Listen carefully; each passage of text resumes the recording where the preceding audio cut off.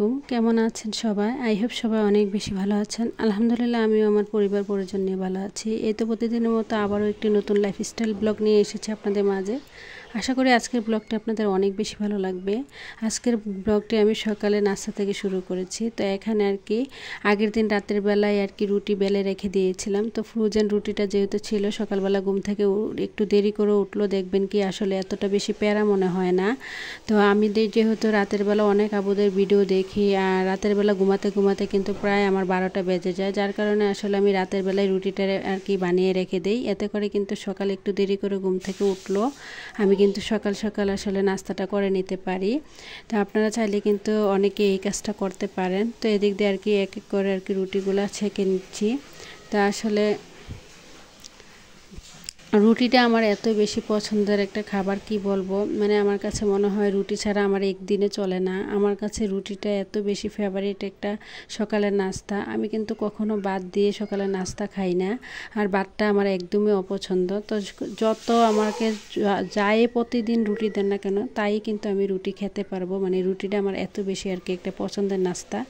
তো এদিক দিয়ে আর কি রুটিগুলো ছেঁকে নিয়েছি, নাস্তাটা রেডি করে নিয়েছি। তো এখানে সিম তরকারি ছিল, তো একটা কলা নিয়ে নিয়েছি, আর এগুলো দিয়ে আর কি নাস্তাটা হয়ে যাবে। যেহেতু আমি ডিম ভাজি দিয়ে আসলে রুটিটা খেতে পারি না, যে কোনো ধরনের ভাজি দিয়ে আসলে আমি রুটি খেতে পারি না, আমার মনে হয় গলায় আটকে যায়, এরকম একটা অবস্থা আর কি।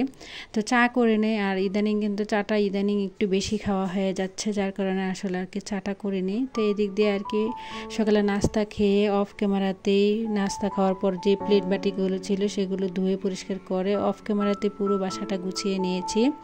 তো এই যে আগের ভিডিওতে আর কি আমি আমার হাতে করা এই চাদরটা আর কি দেখিয়েছিলাম, তো অনেক আপুরা এত বেশি পছন্দ করেছিলেন, কি বলবো। ওনারা তো মানে এত সুন্দর সুন্দর কমেন্টস করেছেন, আপু তুমি এত কাজ জানো বা এই সেই। তা আসলে আমার একটা সময় হয় কি আমি অনেক বেশি কাঁথা সেলাই করতাম বা চাদর সেলাই করতাম, কিন্তু এখন আর ওই রকমভাবে ধৈর্য কুলিয়ে ওঠে না আর কি।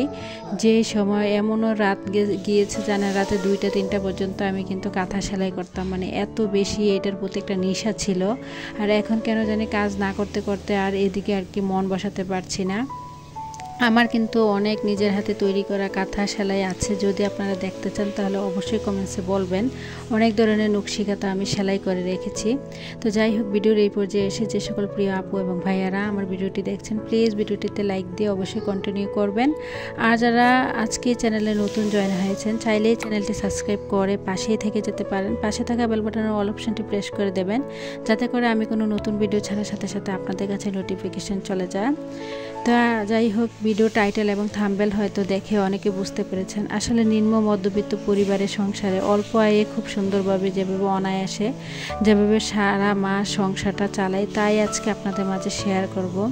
আসলে আমি মনে করি কি, একটা সংসারের গৃহিণী যদি হিসেবি হয়, বুদ্ধিমতী হয়, তাহলে দেখবেন স্বামীর অল্প আয়েও কিন্তু খুব সুন্দরভাবে সংসারটা চালানো সম্ভব। আসলে আমরা গৃহিণীরা চাইলে কিন্তু আসলে খুব কম টাকার মধ্যেই কিন্তু সংসারটা চালাতে পারি, আবার আমরা গৃহিণীরা চাইলে কিন্তু আবার দেখবেন বেশি টাকার মধ্যেও আসলে সংসারটা চালাতে পারি। তো আসলে সব কিছুই ডিপেন্ড করে আমাদের উপরে। তা আমি শুধুমাত্র আজকের ভিডিওতে দেখাবো আর কি হাফ কেজি হুইল পাউডার দিয়ে এবং কি একটা মাত্র হুইল সাবান দিয়ে, ভীম সাবান দিয়ে আর কি, ভীম সাবান দিয়ে কীভাবে পুরো একটা মাস চালাই, তাই আজকে আপনাদের মাঝে শেয়ার করব। তো এখানে আর কি মাছের বাজারও করা হয়েছিল, আজকে বাসায় মাছের বাজার করা হয়েছিল। তো এখানে মাছের বাজার আর একটা মুরগি বাজার করেছি। আসলে বেশি বাজার করিনি, যেহেতু মাসের প্রায় 15টা দিন চলে গিয়েছে, তো আর 15টা দিন আছে। তো আজকে আর কি আমি 15 দিনের হিসেবে আর কি মাছ এবং মুরগি বাজার করেছি। যদিও 15 দিন আমার খুব কিন্তু অনায়াসে চলে যাব, আমি শুধু একটু মাত্র বুদ্ধি একটু আসলে হিসেব করে চলি বলে খুব অল্প টাকার মধ্যে অল্প টাকার খরচ দিয়ে কিন্তু খুব সুন্দরভাবে অনায়াসে আমি আমার সংসারটাকে চালাতে পারি। বিশ্বাস করবেন না, এত কম টাকার ভিতরে ভাড়া বাসায় থেকে ছেলে মেয়েদের লেখাপড়ার খরচ চালিয়ে, তারপর কারেন্ট বিল, গ্যাসে রান্না করে, সিলিন্ডারে, এত কম টাকার মধ্যে এত সুন্দরভাবে আমি আমার সংসারটাকে ম্যানেজ করি। আসলে না দেখলে কাছ থেকে কেউ আসলে কখনো বুঝতে পারবেন না।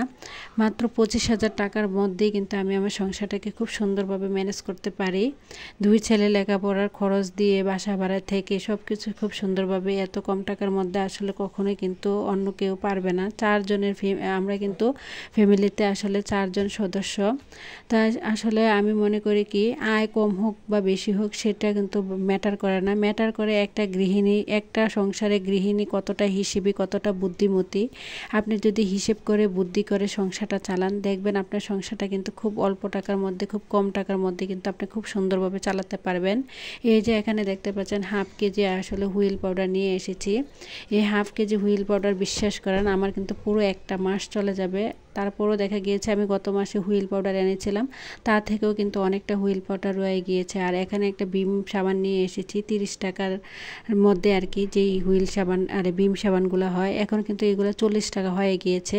তো তার জন্য আমি করেছি কি বুদ্ধি করে 30 টাকার মধ্যে মাত্র 2টা হুইল সাবান নিয়েছি আর কি, 15 টাকা করে যেই হুইল বিম সাবানগুলো আর কি। তো আসলে ভীম সাবানটা এমন একটা জিনিস, প্রতিদিন কিন্তু আমাদের ভীম সাবান অনেক বেশি কাজে লাগে।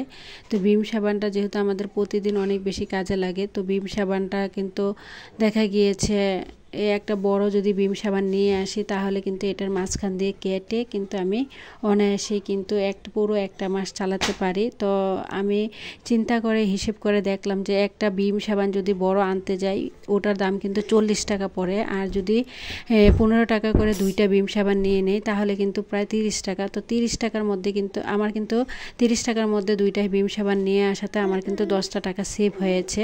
আর 30 টাকার ভীম সাবান দিয়েই কিন্তু আমি খুব পুরো একটা মাস অনায়াসে চালিয়ে নিতে পারবো। আসলে একটা ফ্যামিলিতে আমি মনে করি কি একটা সংসার উন্নতির পেছনে হচ্ছে মূল হাতিয়ার হচ্ছে একজন স্ত্রী। একজন স্ত্রী যদি বুদ্ধিমতী হিসেবি হয় তাহলে দেখবেন সেই সংসারে কখনো কিন্তু সুখের অভাব হয় না।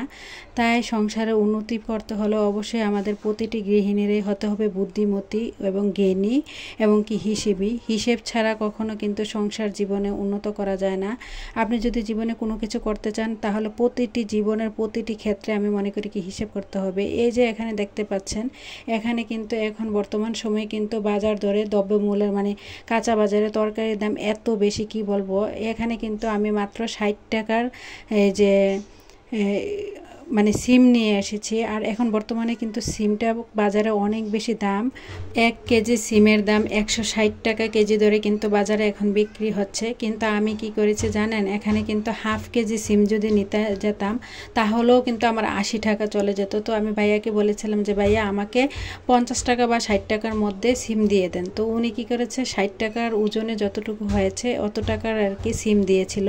তো 60 টাকার সিম দিয়ে ভাবলাম যে সাথে কিছুটা আলু দিয়ে দিই, আর বাসায় টমেটো ছিল তো তা দিয়ে কিন্তু আজকে আমি এখানে একটা বুদ্ধি করে একটা তরকারি রান্না করেছি, সবজি তরকারি। তো এতে করে কিন্তু আমার সংসারের অনেকটা খরচ হাফ কেজি যদি আমি সিম আনতে যেতাম তাহলেও কিন্তু আমার 80টা টাকা চলে যেত। তা আসলে আমি কিন্তু প্রতিটা সংসারে প্রতিটা খেদে প্রতিটা খাত থেকে একটু একটু করে সব সময় টাকা বাঁচানোর চেষ্টা করি, কিভাবে আমার সংসারটা খুব অল্প টাকার মধ্যে খুব সুন্দরভাবে আমি চালাতে পারবো। সবসময় আমার মাথার মধ্যে ওই জিনিসটাই আসলে আমি রাখি।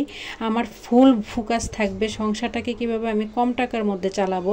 কেউ কেউ আছেন আসলে আহামরি 50,000 টাকা দিয়েও কিন্তু বাসা বাড়িতে থেকে ছেলেদেরকে লেখাপড়া করিয়েও কিন্তু আসলে দেখবেন কি মাস শেষে অনেকটা টাকা হিমশিম খেতে হয়। কিন্তু মাত্র 20 থেকে 25,000 টাকার মধ্যে আমি আমার ছেলে মেয়েদেরকে লেখাপড়া করিয়ে ভাড়া বাসায় থেকে সিলিন্ডার গ্যাসে রান্না করে কারেন্ট বিল দিয়ে ঘর ভাড়া দিয়ে সব কিছু কিন্তু খুব সুন্দরভাবে আসলে আমি ম্যানেজ করতে পারি। শুধুমাত্র একটু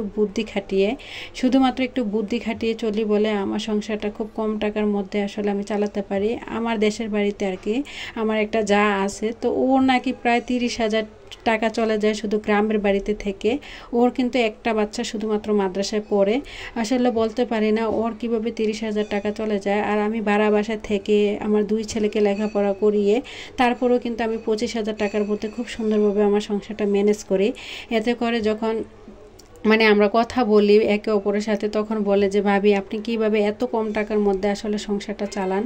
আসলে সংসার চালাতে হলে আমি মনে করি কি একজন গৃহিণীকে হতে হবে স্মার্ট এবং কি হিসেবি বুদ্ধিমতী। আপনি যদি হিসেবি বুদ্ধিমতী না হন তাহলে কখনো কিন্তু আপনি মানে কম টাকার মধ্যে সংসারটা চালাতে পারবেন না। আর আপনাদের ভাইও তো অনেক বেশি খুশি যে আমার মানে উনি অনেকটাই আমার প্রতি সন্তুষ্ট, মানে বলে যে এত কম টাকার মধ্যে তুমি খুব সুন্দরভাবে সংসারটাকে ম্যানেজ করে নাও।